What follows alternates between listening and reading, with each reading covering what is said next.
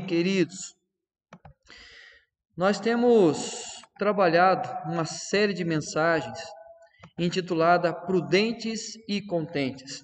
E hoje é o nosso último dia que nós iremos conversar sobre esta série. Nós já falamos outros 3 temas dentro desse contexto. Então, se você deseja ouvir as outras mensagens, nós temos aí no Facebook e no YouTube da igreja. E hoje, então, nós encerraremos a série de mensagens Prudentes e Contentes. O que nós temos aprendido é que prudência e contentamento sempre andam de mãos dadas nas Escrituras. Em todo o tempo que você ouvir falar sobre prudência ou alguém que agiu de forma prudente, você vai perceber que o contentamento se faz presente. E um texto mais conhecido é quando Jesus fala daquele homem que de forma prudente construiu a sua casa sobre a rocha. E ele recebeu contentamento, porque apesar de vir a tribulação, vir o vento, vir a tempestade, o mar, o rio transbordar, bater com ímpeto contra aquela casa, a casa não caiu. Então, diante da prudência, vive o contentamento. Mas isso é verdade e também o oposto se torna uma verdade.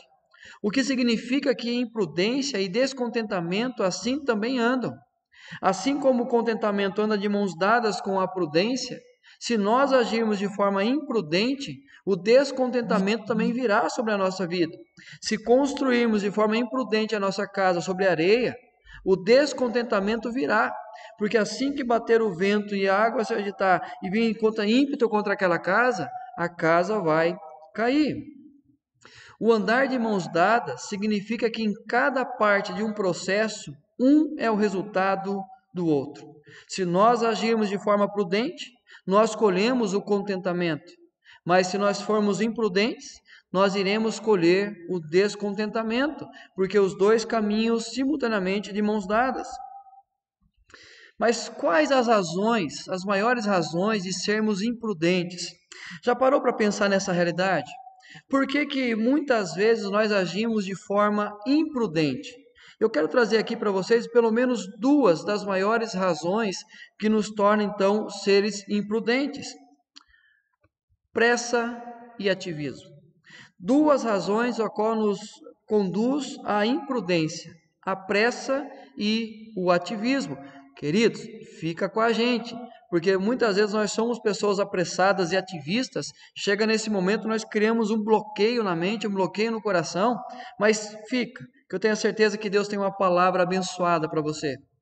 A pressa e o ativismo são 2 grandes inimigos de uma espiritualidade saudável. É muito perigoso a vida que nós levamos baseada na pressa ou na constante atividade, sempre tendo que fazer alguma coisa, sempre vivendo um ativismo exacerbado que o tempo todo nós precisamos estar em plena atividade. E essas 2 realidades, queridos, elas são grandes inimigos então da espiritualidade saudável. Por que que são inimigos? Primeiro, pressa. Agimos com o nosso próprio tempo. Então, quando nós agimos com pressa, nós estamos agindo em nosso próprio tempo. Então, se nós queremos algo e tem um tempo para alcançar aquele algo, mas nós tentamos apressar, nós não estamos agindo a partir daquele algo, mas a partir do nosso próprio tempo. E ativismo, agimos do nosso próprio jeito. Esse é o grande problema que acaba afetando a nossa espiritualidade, porque nós que somos ativistas, nós agimos de acordo do nosso próprio jeito. Então nós queremos o tempo todo estar fazendo, o tempo todo realizando alguma coisa, que o que colhemos como fruto disso é realizar tudo do nosso jeito. A pressa e o ativismo são consequência de um grande engano, a necessidade de fazer algo e depressa. Então, quando nós colocamos na nossa mente que nós sempre precisamos fazer algo e fazer depressa, não podemos esperar, nós temos que fazer agora. Então, isso então vai nos levar a viver a pressa e o ativismo. Mas esse é o grande engano, de achar que o tempo todo nós precisamos fazer alguma coisa e precisamos fazer depressa. Assim vivendo, negligenciamos uma das mais importantes disciplinas espirituais, a oração. Quando nós vivemos de forma apressada e de forma ativista, nós estamos negligenciando uma das principais disciplinas espirituais ensinadas pelo Cristo, pela sua vida e pelo seu ensino, que é exatamente a oração. Se tem algo que é negligenciado quando agimos com pressa e temos o tempo todo fazendo alguma coisa e tentando resolver as coisas, é exatamente a oração. E para muitos, orar é não fazer nada. É interessante isso. Como que muitos de nós, quando nós olhamos para a prática da oração, e parece que quem está orando por algo, ele não está fazendo nada. Quando você pergunta para alguém assim, o que você espera da sua vida? Ele diz assim, olha, eu estou em oração. Aí você olha e fala assim, esse aí não vai dar nada na vida, porque ele não faz nada, ele não corre atrás, ele não tenta, ele não é uma pessoa apressada e ativista. Que é um exemplo muito claro, tem uma velha história, que um dia uma pessoa chega na casa do pastor, aperta a campainha e quem atende o interfone é a esposa do pastor. E aí então naquele momento a pessoa fala assim, eu preciso falar urgentemente com o pastor. Aí a esposa do pastor responde assim, olha, você dá uns minutinhos porque o pastor está orando. E aí diz que a pessoa do outro lado ali do interfone falou assim, ai que bom, já que ele não está fazendo nada, ele já pode me atender rapidamente. É impressionante, queridos, é uma historinha, mas mostra o quanto que nós olhamos a oração, ainda mais se nós somos pessoas apressadas e somos pessoas ativistas. Então, parar um tempo, entrar no quarto, fechar a porta e falar com Deus em secreto é algo que foge da nossa realidade. E a oração passa a ser algo desprezado por nós. Até oramos, mas falta-nos a intencionalidade. Nós até praticamos a oração. Deus, o Senhor sabe que eu preciso resolver muita coisa hoje, então vai na frente. Mas apenas uma oração, mas falta-nos a intencionalidade. Intencionalidade eu entendo que é fazer algo e fazer com propósito. Então eu vou fazer algo, mas eu tenho um propósito para fazer aquilo. Então quando eu oro com a intencionalidade de orar, é exatamente parar aquele momento e buscar a Deus, exclusivamente através da oração. É interessante o quanto que nós costumamos dizer que nós oramos o dia todo. Pastor, eu estou dirigindo, eu estou orando. Eu estou trabalhando, eu estou orando. Eu estou fazendo isso, eu estou orando. Eu estou cuidando das crianças, estou orando. Isso é bênção, isso é importante. Mas se fosse apenas isso que Deus quisesse da gente, Ele não nos ensinaria a orar fechando a porta do quarto em um lugar secreto, falando com Deus em secreto. Então, a partir do momento que eu decido entrar no quarto e fechar a porta e falar com Deus em secreto, lembrando que quarto aqui é apenas uma figura de linguagem, não apenas um lugar específico, aquele quarto, mas exatamente um local onde nós podemos estar a sós com Deus, um lugar que nós podemos ser nós mesmos para com Deus. E então isso é intencionalidade, isso é ter uma intenção clara de oração.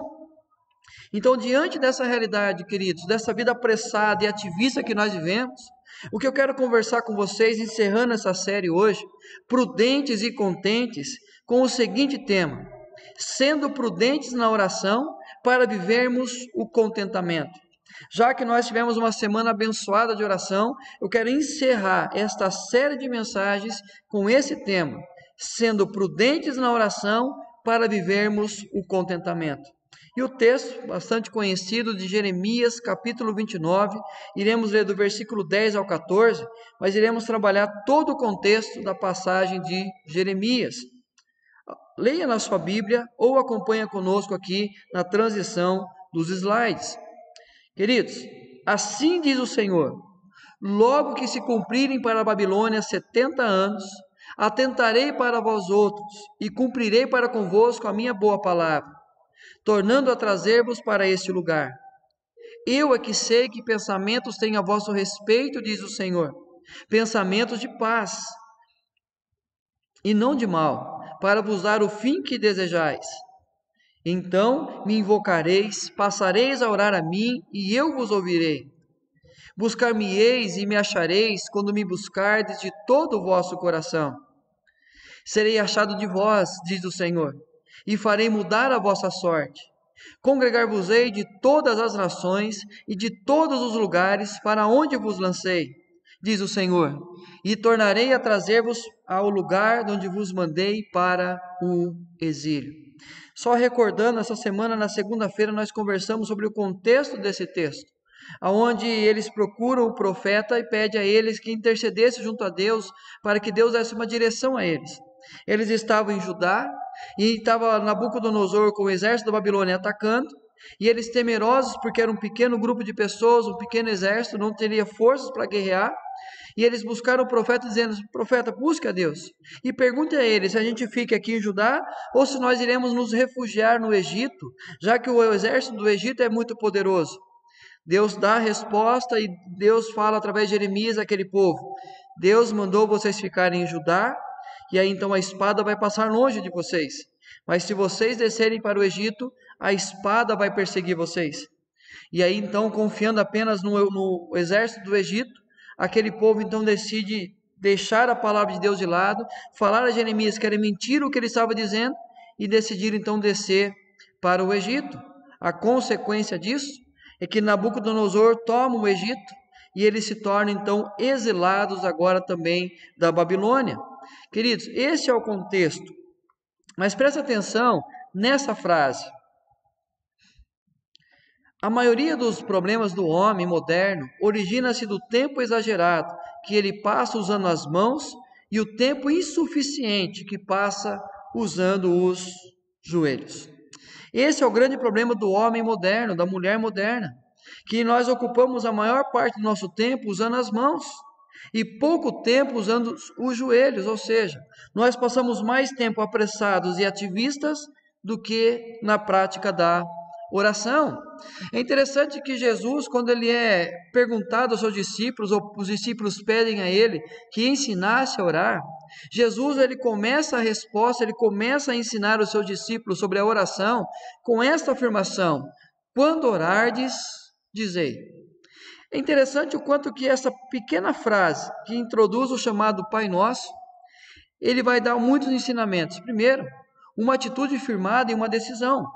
Então, quando você decide orar, quando você toma o posicionamento de orar, uma disposição firmada e uma relação, dizei, é uma conversa, você está construindo uma relação com Deus, uma prioridade firmada e uma convicção.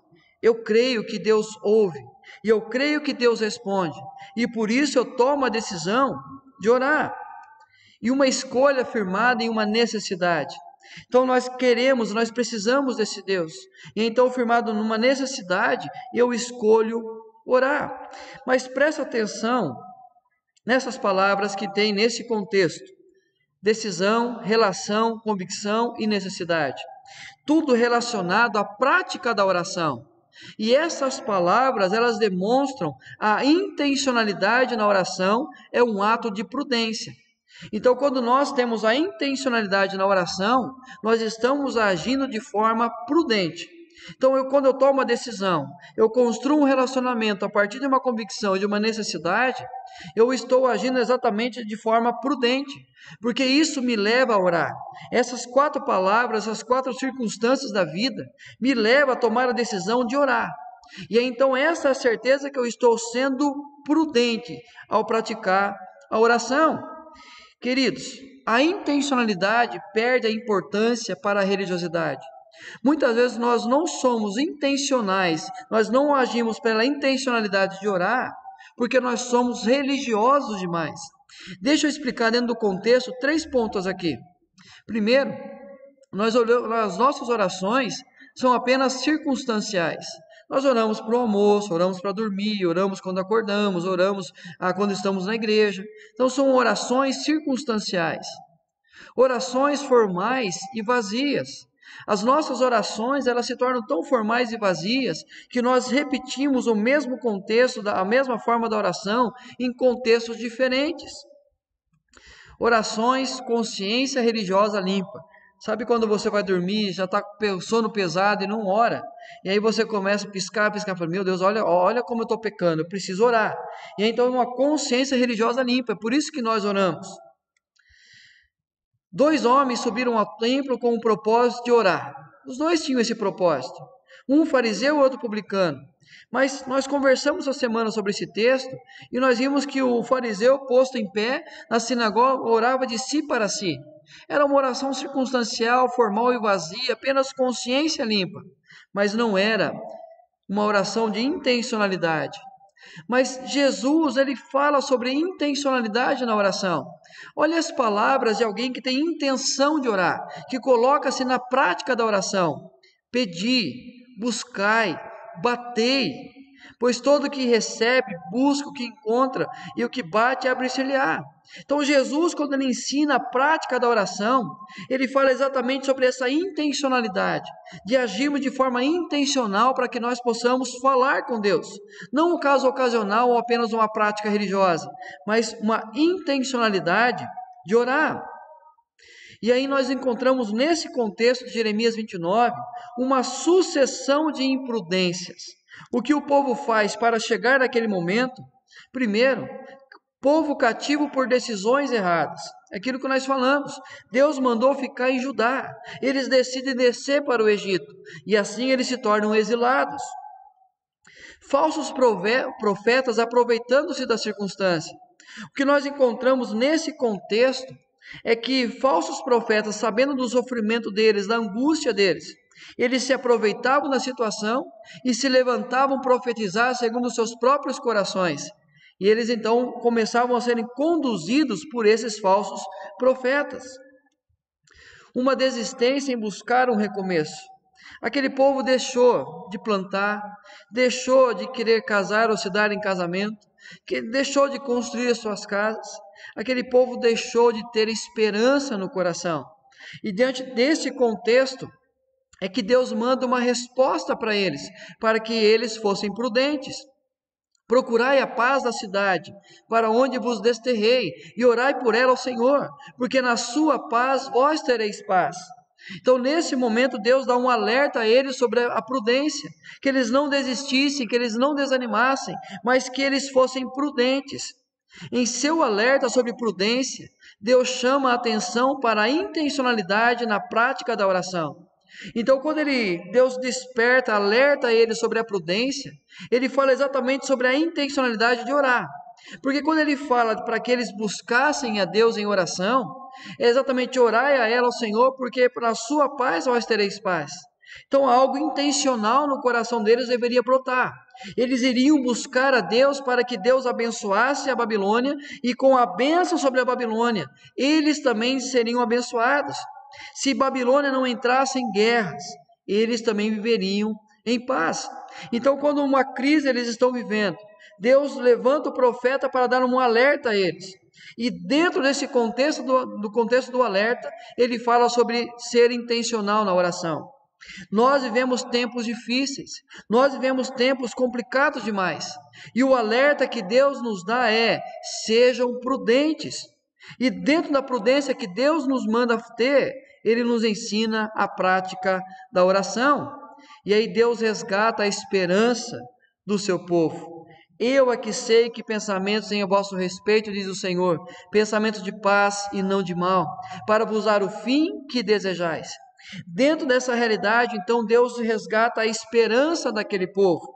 E resgatar a esperança daquele povo era fundamental. Por quê? Porque o resgate da esperança devia gerar intencionalidade na oração. Então, quando se resgata a esperança de um povo, esse povo se torna intencional na oração. Olha como Deus afirma com eles: então me invocareis, passareis a orar a mim e eu vos ouvirei. Então, quando nós temos o resgate da esperança, nós temos que praticar a intencionalidade na oração. A intencionalidade na oração devia ser uma decisão deles. Buscar-me-eis e me achareis quando buscardes de todo o coração. Então, quando há uma intenção no nosso coração de orar, nós temos que ter o fruto de uma decisão. Nós queremos orar, nós iremos orar. E queridos, a intencionalidade na oração devia ser movida pela promessa. Por que nós oramos? Por que nós somos intencionais na oração? Por que nós oramos com um propósito? Porque é uma promessa para nós. Essa era a promessa para aquele contexto. serei achado de vós, diz o Senhor, e farei mudar a vossa sorte. Queridos, a expectativa daquele povo ao se colocar em oração era isso. Por que nós seremos intencionais na prática da oração? Porque é uma promessa. E essa promessa Deus é fiel e Deus vai cumprir. Por que perdemos a intencionalidade na oração? Por que nós começamos apenas orações circunstanciais, casuais, orações vazias, orações apenas momentâneas, orações apenas de prática comum da nossa religiosidade? Por que nós perdemos exatamente aquele desejo de entrar no quarto e falar com Deus, de a sós com Deus clamar a Ele? Por que perdemos esse desejo de construir um relacionamento com Deus pela prática da oração? Ou por que nós não temos a prática da oração na nossa vida? Queridos, por que nós perdemos a intencionalidade? Primeiro, porque nós ouvimos mais os profetas do caos do que o próprio Deus. Esta é a primeira razão. Os nossos ouvidos estão mais atentos para o que os profetas do caos estão dizendo do que aquilo que o próprio Deus está dizendo. Quando nós ouvimos apenas a voz da tragédia, a voz do sofrimento, da angústia, a voz apenas de coisas que vão acontecer, que vão arruinar a nossa história, quando nós apenas ouvimos esses falsos profetas, os profetas chamados profetas do caos, isso então nós deixamos de ouvir o próprio Deus. Olha o que diz Deus aqui em Jeremias 29, porque assim diz o Senhor dos Exércitos, o Deus de Israel: não vos engane os vossos profetas que estão no meio de vós, nem os vossos adivinhos, nem deis ouvidos aos vossos sonhadores, que sempre sonham segundo o vosso desejo, porque falsamente vos profetizam eles em meu nome. Presta atenção nessa afirmação: eu não os enviei, diz o Senhor. Naquele contexto de que eles estavam exilados, um contexto de sofrimento, de angústia, de tristeza, de abandono, naquele contexto, falsos profetas, profetas do caos se levantavam, dizendo que Deus não se importava mais com eles, que Deus não mais estava interessado neles, que não adianta eles buscarem a Deus, que Deus não iria mudar a sorte deles. Muitas vezes esses falsos profetas têm se levantado na nossa vida, na nossa história, e nós damos ouvidos a eles, e nós não acreditamos no renovo, nós não acreditamos no novo de Deus na nossa história. Mas, queridos, deixe de ouvir os profetas do caos, porque se continuar dando ouvido a eles, nós não seremos intencionais na nossa prática de oração. Mas também desconsideramos o fator espera no mover divino. Nós não somos intencionais na prática da oração, porque nós desconsideramos esse fator importantíssimo da espera. Entre a promessa de Deus e o cumprimento da promessa tem um tempo. Deus promete, Deus cumpre, mas há um tempo, e nesse tempo eu chamo de fator espera. Olha o que acontece aqui. Assim diz o Senhor: logo que se cumprirem para a Babilônia 70 anos, atentarei para vós outros e cumprirei para convosco a minha boa palavra. Deus havia dito àquele povo que eles seriam levados para o cativeiro, seriam levados para o exílio, mas Deus não iria abandonar, Deus não iria desistir deles, mas haveria um tempo, o fator espera. Mas o grande problema é que eles não estavam contando com esse fator espera. E por não contar com o fator espera, eles esmoreceram na fé, esmoreceram na prática da oração. É o que acontece muitas vezes com a gente. Quando Deus ele fala que Ele vai fazer, vai mudar a nossa história, vai mudar a nossa vida, a nossa família. Deus vai mudar a nossa história como igreja. Nós ouvimos isso e nós queremos tudo de forma imediata. Mas há o fator espera. E enquanto nós esperamos, o que nós fazemos? Nós oramos, nós somos intencionais na oração. Queridos, se nós desconsiderarmos esse fator, nós não seremos intencionais na oração. Mas se nós entendermos que entre a promessa e o cumprimento há um tempo, nós seremos intencionais na oração. Mas terceiro, permitimos que o momento nos defina. Eu gosto muito de falar, várias mensagens minhas vai aparecer esse momento aqui, essa realidade. Permitimos que o momento nos defina. Esse é o grande mal da nossa história, porque nós achamos que quando tudo vai bem, não, isso me define, não nos preparamos para a crise. Mas quando nós vivemos apenas a crise, nós acreditamos que aquilo é o nosso momento, aquilo é a nossa vida, nós não criamos expectativas para viver tempos de bonança. Queridos, nós não podemos entender que o momento nos define. O apóstolo Paulo fala isso de maneira fantástica aos Filipenses, quando ele diz que ele aprendeu a viver bem em toda e qualquer circunstância, porque ele sabia que não eram as circunstâncias que definiam quem ele era, mas exatamente a sua relação com o Cristo. Olha o que diz Jeremias 29:11. Eu é que sei que pensamentos têm a vosso respeito, diz o Senhor, pensamentos de paz e não de mal, para vos dar o fim que desejais. Enquanto eles estavam pensando que era o fim, enquanto eles estavam pensando que não tinha esperança para eles, Deus falou: olha, esse momento não define quem vocês são, esse momento não é o fim de vocês, tem uma esperança, tem um renovo, tem pensamentos diferentes, tem caminhos diferentes, e o que eu penso a respeito de vocês é diferente daquilo que vocês estão pensando.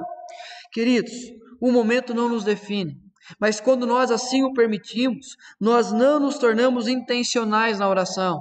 Aquele povo precisaria entender que Deus tinha algo novo para eles, que Deus tinha a promessa em relação a eles, e esta certeza deveria fazer com que eles permanecessem firmes na prática da oração. Então não permita que o momento defina quem você é, para que você construa sempre a prática da oração, a intencionalidade na prática da oração. Quarto, queridos, nós perdemos a intencionalidade quando questionamos se Deus pode nos ouvir em meio ao caos. Sabe, percebeu quando a gente está num lugar que tem muito barulho, nós não conseguimos entender o que o outro está dizendo? Infelizmente, nós jogamos isso também para a nossa relação com Deus. Nós achamos que a nossa vida está um caos tremendo, tudo fora de ordem. E nós achamos então que porque tudo está assim, é tanto barulho acontecendo, que Deus não vai ouvir a nossa oração. Era o que acontecia com aquele povo, exilados ali há quase 70 anos, uma angústia tremenda, um sofrimento tremendo, os inimigos dizendo assim: onde está o seu Deus? Canta louvores ao Deus que liberta. Eles dizem: como nós podemos cantar louvores a um Deus que é libertador, estando em terra estranha, estando exilados? E aí então eles achavam que Deus não iria ouvir mais as orações. Mas queridos, se nós questionamos porque a nossa vida está um caos, Deus não vai ouvir, a intencionalidade da oração nós iremos perder. Mas olha o que diz o texto, Jeremias 29:12. Então me invocareis, passareis a orar a mim, e eu vos ouvirei. Então aquele povo que achava que Deus não ouviria, Deus manda o profeta dizer: se vocês me invocarem, se vocês passarem a orar a mim, eu vou ouvir o que vocês têm a dizer, eu irei ouvir a oração de vocês. Queridos, essa é a realidade. Mas se nós perdermos o foco que Deus ouve em meio ao caos, nós não seremos intencionais, nós não iremos invocar, nós não iremos passar a orar. Mas, queridos, quando nós questionamos se Deus ouve, nós perdemos a intencionalidade e nós não partimos para a intencionalidade na prática da oração. Buscar-me-eis e me achareis quando me buscardes de todo o vosso coração. Olha que palavra de alento, palavra que gera esperança e que deve gerar em nós intencionalidade na prática da oração. Mas, queridos, nós vimos cada pontinho do que nos leva a perder a intencionalidade. É o que nós vimos até agora. O que nos leva a perder a intencionalidade. Mas o que fortalece a nossa intencionalidade na prática da oração? Se nós somos prudentes na prática da oração, nós seremos contentes. Sabe o que fortalece a nossa intencionalidade na oração? A intenção de orar, sabe o que fortalece? A promessa do contentamento. Olha o que diz: serei achado de vós, diz o Senhor, e farei mudar a vossa sorte. Congregar-vos-ei de todas as nações e de todos os lugares, para onde vos lancei, diz o Senhor, e tornarei a trazer-vos ao lugar de onde vos mandei para o exílio.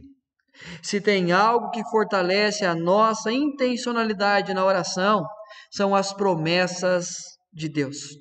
A certeza que Deus promete e Ele cumpre. Queridos, aquele povo que estava desanimado, aquele povo que estava sem esperança, Deus dá a eles razões pelas quais isso foi brotado no coração deles. aonde eles perderam a intencionalidade na oração, orar e orar com propósito. Então Deus traz o profeta para trazer uma palavra de alento ao coração deles, e diz que iria mudar a sorte deles, que Deus iria restaurar aquele povo, e aquele povo passa a buscar a Deus em oração. E Deus levanta o rei Ciro, um rei que não conhecia Deus, que não temia Deus. Ele levanta esse homem, e esse homem proclama, então ele domina agora sobre a Babilônia, e ele faz um decreto libertando o povo de Deus. E depois de 70 anos, esse povo pode voltar para Jerusalém e restaurar os muros, restaurar os templos, restaurar a história daquela nação, restaurar a vida espiritual daquela nação. Queridos, quando nós pensamos assim, o que impede, o que tem enfraquecido, são vários fatores. Mas se tem algo que não pode sair do nosso coração, da nossa mente, é que o que fortalece a nossa intencionalidade na oração é exatamente a promessa de Deus, essa promessa do contentamento, essa promessa da transformação, essa promessa do perdão, essa promessa da cura, essa promessa do reavivar, essa promessa do voltar ao primeiro amor, essa promessa de poder voltar a sonhar com aquilo que Deus vai fazer no nosso meio. Esta é a convicção que nós temos que ter sempre no nosso coração. Talvez tudo aquilo que eu falei hoje, você pode esquecer rapidamente, mas fixa na sua mente, se tem algo que nos leva à prática da oração, é a promessa de Deus. Quero orar com você, encerrando aqui o nosso culto, mas que essa mensagem fique guardada e gravada no coração de cada um de nós, para que nós possamos viver a prudência na oração, para colher, para viver o contentamento na nossa vida. Então que nós sejamos intencionais na prática da oração, que nós estejamos buscando a Deus com propósito e de propósito, não circunstancial, não em momento, não quando alguém pede, mas buscando a Deus de todo o nosso coração. Que Deus abençoe a sua vida, que Deus abençoe o seu coração de tal forma que você busque a Deus, pratique a intencionalidade na oração. Quero orar com você e nesse momento nós estaremos encerrando o nosso culto, pedindo a Deus que nos abençoe e que guarde no nosso coração esta palavra. Vamos orar, queridos? Pai, obrigado, Deus, por essa noite. Obrigado por esse tempo que nós louvamos, nós oramos e nós ouvimos a Tua voz. Ó Pai, que os profetas do caos não venham tirar de nós aquilo que nós ouvimos, daquilo que o Senhor colocou no nosso coração nessa noite, mas que sejamos, ó Deus, prudentes, para que sejamos intencionais na oração, para colhermos, de forma, Deus, o contentamento na nossa vida. Não permita que sejamos imprudentes na prática da oração, porque assim nós iremos colher o descontentamento. Pai, nós louvamos o Teu nome, ó Deus, porque se algo fortalece a prudência, a nossa intencionalidade de orar, é exatamente as promessas do Senhor. E nós queremos guardar essas promessas, nós queremos conhecer mais essas promessas, nós queremos buscar mais na Tua palavra aquilo que o Senhor fala a nosso respeito, para que sejamos, ó Deus, entre aquilo que o Senhor promete, aquilo que o Senhor cumpre. Nesse tempo, ó Deus, que existe, nesse tempo de espera, esse fator espera, que nós, ó Deus, possamos buscar de forma intencional ao Senhor em oração. Ó Deus, faz isso sobre a nossa vida, nos abençoe. Nós oramos, ó Deus, pelo Raimundo, oramos por todos aqueles que estão enfrentando a realidade da Covid, do sofrimento, todos aqueles que necessitam, ó Deus, de um trabalho, que o Senhor esteja abençoando, pessoas que precisam de um renovo na sua espiritualidade, que o Senhor, ó Deus, resgate o primeiro amor na vida dessas pessoas. Se pessoas, ó Deus, precisam resgatar o amor para com a igreja, que o Senhor reavive essa chama, reavive, ó Deus, esse amor para com a igreja do Senhor. E assim, famílias, cada realidade nossa, que o Senhor nos traga para viver, ó Deus, de forma prudente, para que nós possamos viver o contentamento. Nos abençoe, ó Deus, por amor do Teu nome, em o nome do Senhor Jesus. Queridos, que a graça e a paz do nosso Senhor e Salvador Jesus Cristo, o amor do nosso Deus e Pai, a ação do Espírito Santo, o consolo, o conforto, a unção, o poder, esteja sobre nós, Igreja do Senhor, desde agora e para todo sempre. Amém e amém.